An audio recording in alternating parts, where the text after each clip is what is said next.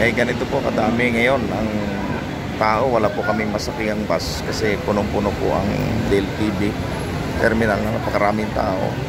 Mula po alas 5 ng alas 4 ng madaling araw, ganito na po kadaming tao. Kaya gusto man namin pong pumunta ng Nasugbu. Andito na po kami. Eh hindi po kami walang bus eh. Wala talagang bus. Masakyan, no? Puro tao po ang laman ng terminal. Yan o. Yan. Pasensya na po kayo. Hindi na po kami makatuloy ng Nasugbu. Makatay ng touching counter. Wala ko kaming masakyan. Yan o.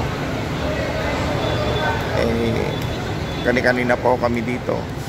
Kaya mga tao po, wala, alas 3 pa lang madaling araw. Ito na po sila. Ayan o. Hanggang ngayon wala pong mapagsakyan talaga.